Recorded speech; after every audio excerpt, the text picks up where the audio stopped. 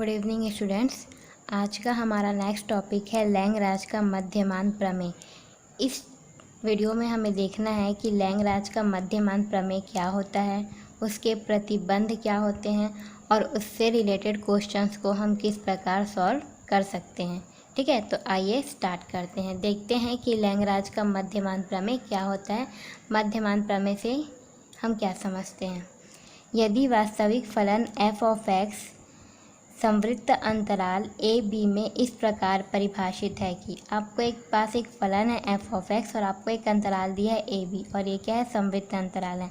ठीक है, तो संवृत्त अंतराल में परिभाषित होने के लिए आपके पास दो कंडीशन है। अगर ये दो कंडीशन सेटिस्फाई करता है f ऑफ x, तब वो इस संवृत्त अंतराल या फिर इस अंतराल ए बी में क्या होगा, परिभाषित होगा। मतलब वो क्या होगा, ये लैंगराज के मध्यमान प्रमेय का क्या करेगा, पालन करेगा, उसे क्या करेगा, संतुष्ट करेगा। ठीक है, तो पहले कंडीशन है इसमें f ऑफ x संवृत्त अंतराल ए बी में संतत है। ठीक है, तो जो फंक्शन दिया है f ऑफ x उसको संवृत्त अंतराल ए बी में संतत होना चाहिए। जैसे कि हमने रोले का प्रमेय देखा था इसके पहले कि जो f ऑफ x था वो संवृत्त अंतराल ए बी में संतत है। अब संवृत्त अंतराल क्या होता है, ये इसके पहले भी मैं कई वीडियोस में बता चुकी हूँ, तो आप वो वीडियो देख सकते हैं। नेक्स्ट है f ऑफ x विविक्त अंतराल ए बी में अवकलनीय है। ठीक है, फर्स्ट कंडीशन अगर सेटिस्फाई हो जाती है कि f ऑफ x संवृत्त अंतराल में संतत है, फिर आपको ये देखना है कि जो आपका f ऑफ x है वो उसी विविक्त अंतराल में अवकलनीय होना चाहिए। अवकलनीय होना चाहिए मतलब जो f ऑफ x है उस f ऑफ x का एक बार हम क्या कर लेंगे, अवकलन कर लेंगे। उसके बाद उसे सेटिस्फाई करेंगे कि वो विविक्त अंतराल ए बी में अवकलनीय है अथवा नहीं। ये जो ऊपर के जो दो टॉपिक है, जो इसके दो प्रतिबंध हैं, वो सेम रोले के प्रमेय की तरह ही है। ठीक, इसके बाद नेक्स्ट है, अगर ये दोनों प्रतिबंध को f ऑफ x सेटिस्फाई कर लेता है, फलन सेटिस्फाई कर लेता है, तो वो लैंगराज के मध्यमान प्रमेय का क्या करता है, प्रतिबंधों को संतुष्ट करता है। अगर प्रतिबंध को संतुष्ट करता है तब हम एक वास्तविक संख्या c निकाल सकते हैं। देखिए, तब एक वास्तविक संख्या c belongs to a b, एक वास्तविक संख्या c होगी जो बिलोंग्स टू ए बी होगा। बिलोंग्स टू ए बी मतलब जो हमें यहाँ पर अंतराल दिया है ना ए बी, तो इस ए और बीच का कोई बिंदु c होगा, उसका अस्तित्व इस प्रकार होगा कि f dash c equal to F of b minus F of A upon B minus A. कहने का मतलब होता है, अगर आपको क्वेश्चन दे दे और पूछे कि सिद्ध करके बताइए कि वो लैंगराज प्रमेय को सत्यापन करता है कि नहीं करता है। ठीक है, तो सबसे पहले आपको क्या करना है, ये दो कंडीशन सेटिस्फाई करना है। अगर ये दो कंडीशन सेटिस्फाई हो जाते हैं मतलब आपका फंक्शन लैंगराज का मध्यमान प्रमेय को सत्यापित करता है। ठीक है, अगर लैंगराज के मध्यमान प्रमेय को सत्यापित करता है तो हम एक बिंदु सी भी निकाल सकते हैं। वो बिंदु सी कौन सा होगा, जो ये आपको अंतराल दिए होंगे ए बी, उसके बीच का कोई बिंदु वो होगा। ठीक है, तो आपको क्वेश्चन में अलग से पूछ सकता है कि वास्तविक संख्या c ज्ञात कीजिए जहाँ पर f ऑफ x आपका कोई अंतराल दे रहेगा, उसने मध्यमान प्रमेय को सत्यापित करता है। ठीक है, तो इसे हम एक एग्जाम्पल के थ्रू समझ सकते हैं। ठीक है, तो हमारा फर्स्ट क्वेश्चन है यहाँ पर f of x equal to x cube और यहाँ पर आपको अंतराल दिया है -1 से 1। ठीक है, पर लैंगराज मध्यमान प्रमेय का सत्यापन कीजिए। ठीक है, हमारे पास क्वेश्चन दे दिया है f of x equal to x cube और आपको अंतराल दे दिया है -1 to 1। इस पर आपको लैंगराज के मध्यमान प्रमेय का सत्यापन करना है। ठीक है, तो मध्यमान प्रमेय का सत्यापन करने के लिए सबसे पहले क्या पता होना चाहिए, जो f ऑफ x है वो संवृत्त अंतराल ए बी में संतत होना चाहिए। ठीक, सबसे पहले हमें एक क्वेश्चन गिवन है, तो इस क्वेश्चन में जो डेटा दिया है वो लिख लेते हैं। सबसे पहले हमें f ऑफ x पता है, तो f of x equal to x cube है। अब ये -1 से 1 है। ठीक है, यहाँ पर आपको अंतराल क्या दिया है, a b। इस a b का कंपेयर इससे करेंगे तो a की वैल्यू क्या मिलेगी मुझे, -1, और b की वैल्यू क्या मिलेगी, 1। तो यहाँ से a इक्वल टू क्या मिल रहा है, -1, और b इक्वल टू क्या मिल रहा है मुझे, 1। ठीक है, अब फर्स्ट केस में क्या दिया है, f of x equal to x cube. अब देखिए f of x equal to x cube आपका क्या होता है, एक बहुपद फलन होता है, और बहुपद फलन हमेशा क्या होता है, आपका संतत होता है। ठीक है, यहाँ पर हम क्या लिखेंगे, f of x equal to x cube एक बहुपद फलन है, और कोई भी जो बहुपद फलन होता है वो x की परिमित वैल्यू के लिए, परिमित मान के लिए क्या होता है, संतत होता है। इसलिए अब x का परिमित मान कहने का मतलब है, यहाँ पर अंतराल दिया है ना आपको, अंतराल क्या दिया है, -1 से 1। समवृत्त अंतराल की बात क्या है, यानी यहाँ पर आपका अंतराल क्या होगा, -1 से 1, यानी कि x की वैल्यू क्या हो सकती है, तो -1 या तो 0 या तो 1, ये तीनों ही x की वैल्यू हो सकती है। तो ये तीनों ही x के कैसे मान है, परिमित मान है। x के परिमित मान जो संतत है, मतलब ये तीनों ही x के क्या है भाई, परिमित मान है। x की वैल्यू -1 है, 0 है, 1 है, कोई भी वैल्यू इन्फिनाइट या अपरिभाषित है क्या, नहीं है। मतलब ये जो फलन दिया है हमें वो क्या होगा, संतत होगा। ठीक है, या फिर आप डायरेक्ट याद रख सकते हैं कि f of x equal to x cube है, यानी कि एक बहुपद फलन है, और बहुपद फलन आपका क्या होता है, संतत होता है। ठीक है, तो F of x equal to x cube एक बहुपद फलन है, अतः फलन F of x equal to x cube समवृत्त अंतराल -1 से 1 में संतत है। तो हमारी पहली कंडीशन सेटिस्फाई हो जा रही है। अब सेकंड कंडीशन निकालेंगे। सेकंड कंडीशन हमें क्या बोलता है कि आपका जो फलन दिया है वो क्या होना चाहिए, विविध अंतराल ए बी में अवकलनीय होना चाहिए। अवकलनीय होना चाहिए मतलब आपको जो फलन दिया है उसका एक बार आप क्या करेंगे, अवकलन करेंगे। तो एफ ऑफ एक्स का अवकलन करने पर क्या मिलेगा, एफ डैश एक्स, और एक्स क्यूब का अवकलन करने पर क्या मिलेगा, 3x²। तो आप यहाँ पर देख सकते हैं f dash x equal to 3x² है। अब ये भी फलन आपका क्या है, एक बहुपद फलन है, और हम जानते हैं कि जो बहुपद फलन है वो अवकलनीय फलन होते हैं। बहुपद फलन है वो आपके संतत भी होते हैं और वो आपके अवकलनीय भी होते हैं। ठीक है, और हमने ये भी पढ़ा है कि प्रत्येक संतत फलन अवकलनीय फलन होते हैं। ठीक है, तो यहाँ से आप ये भी देख सकते हैं कि f dash x equal to 3x² है। ये फलन संतत होगा कि नहीं होगा, होगा, क्योंकि ये एक बहुपद फलन है। अब ये फलन संतत है तो ये फलन भी आपका अवकलनीय होगा। ठीक है, तो यहाँ पर आपका क्या हो जाएगा, f dash x equal to 3x² विविध अंतराल, विविध अंतराल क्या हो जाएगा, -1 to 1 में अवकलनीय है। ठीक है, एक चीज़ हमेशा याद रखिएगा, जो आपके बहुपद फलन होते हैं, या साइन एक्स है, कॉस एक्स है, लॉग एक्स है, या फिर ई की पावर एक्स है। लॉग एक्स आपका क्या होता है, ग्रेटर देन, जब एक्स की वैल्यू ग्रेटर देन 0। ये सारे ही फलन जो होते हैं वह एक्स के परिमित वैल्यू के लिए संतत होते हैं। एक्स के परिमित वैल्यू कहने का मतलब है, जब यहाँ पर जैसे देखिए एफ ऑफ एक्स का मान x³ था। ठीक है, यहाँ पर अपने को अंतराल क्या दिया था, -1 से 1। समवृत्त अंतराल है, समवृत्त अंतराल है मतलब स्टार्टिंग पॉइंट से लेके एंड पॉइंट तक जितने भी पॉइंट आते हैं सभी समवृत्त अंतराल के अंतर्गत आएंगे।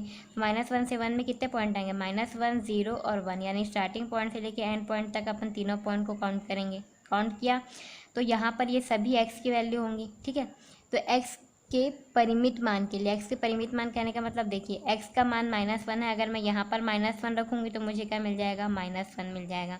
यहाँ पर अगर मैं 0 पुट करूँगी तो मुझे 0 मिल जाएगा, और अगर यहाँ पर ये 1 की वैल्यू को एक्स जगह पर पुट करूँगी तो 1 मिल जाएगा।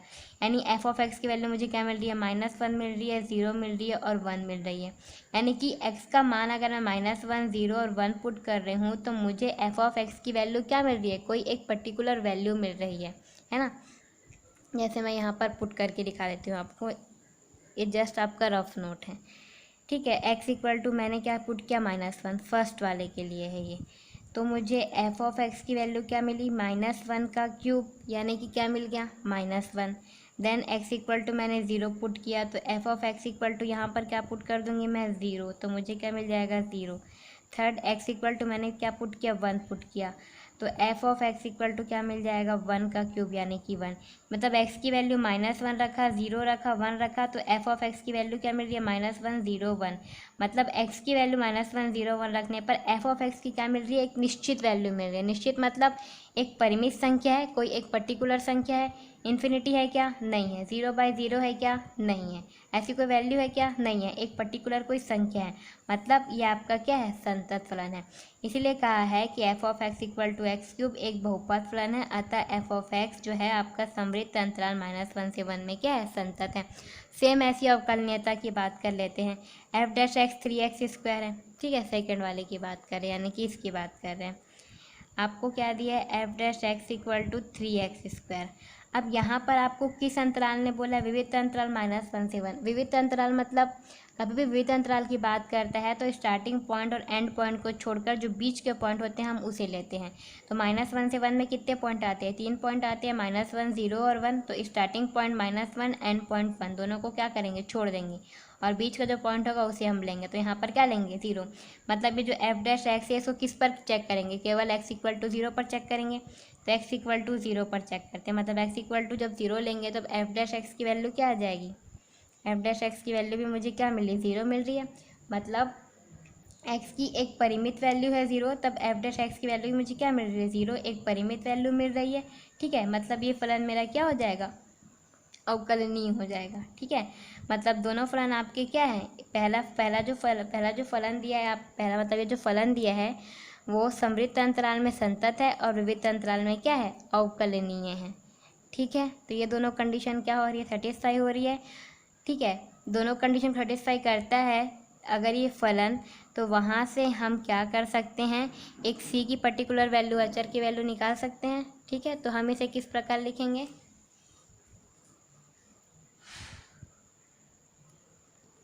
हम इसे इस प्रकार लिखते हैं।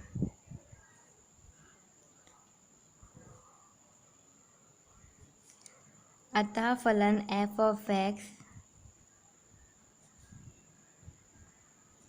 मध्यमान प्रमेय के दोनों शर्तों को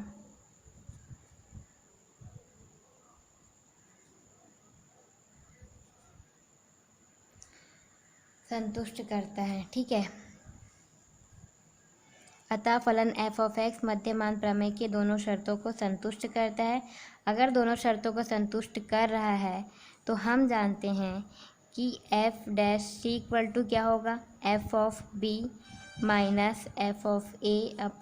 - a, ठीक है। अब आपको f', f(b) और f(a) निकालना है। तो देखिए, a की वैल्यू आपके पास क्या थी? -1, और b की वैल्यू क्या है? 1, ठीक है। और f(x) की वैल्यू मेरे पास क्या है? x³।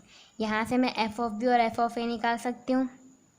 f(a) की वैल्यू क्या है? -1, यानी कि क्या हो जाएगा यहाँ पर आपका f(-1)। f(-1) की वैल्यू क्या होगी? यहाँ पर -1 की पावर क्यूब, यानी कि हो गया -1।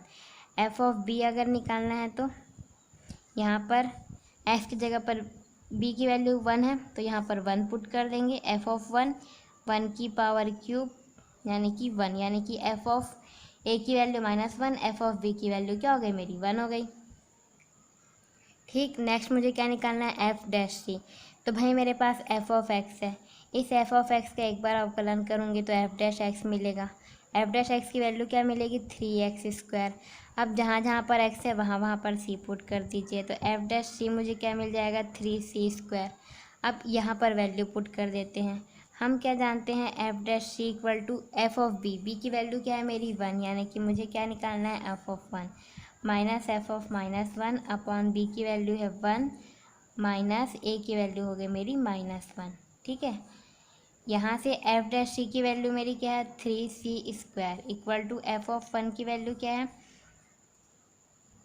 1। देखिए f(1) की वैल्यू 1 है, f(-1) की वैल्यू -1, तो ये माइनस का माइनस, f(-1) की वैल्यू -1, ये हो गया 1, 1 + 1, ठीक है। यहाँ से हो जाएगा 3c² = 1 + 1/2, दोनों 2 से 2 कैंसिल हो जाएगा, वैल्यू क्या मिलेगी? 3c²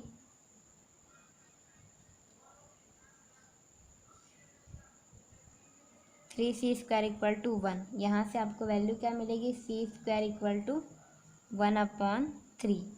यहाँ से c की वैल्यू निकालेंगे तो √1/3 या फिर 1/√3 बोल सकते हैं, ठीक है।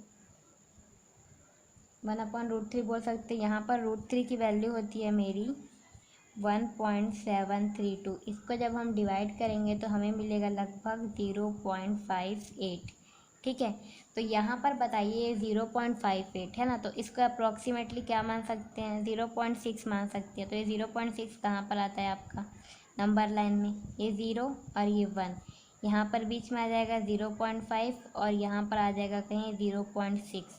0.58 है ना, मतलब 0.5 से ऊपर है, मतलब कहाँ पर आ जाएगा आपका 0.5 और ये 1 के बीच में कहीं पर आएगी ये वैल्यू। ठीक है, तो ये हमको जो अंतराल दिया है उस अंतराल के बीच में है कि नहीं, हमें अंतराल किसकी बात किया है।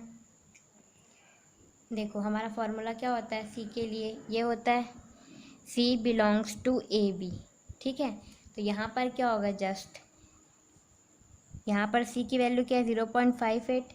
ठीक है, तो किस प्रकार लिखेंगे इसे हम, सी इक्वल टू 0.58 बिलोंग्स टू अंतराल क्या दिया है -1 से 1, तो ये आ रहा है ना, ये आपका -1, ये 0, ये 1, मतलब 0.58 -1 से 1 के बीच में आ रहा है, तो सी की वैल्यू क्या हो जाएगी 0.58। तो अलग से आपको क्वेश्चन में पूछ सकता है कि सी की वैल्यू ज्ञात कीजिए जब आपका फलन लैंग्राज के मध्यमान प्रमेय का पालन करता है।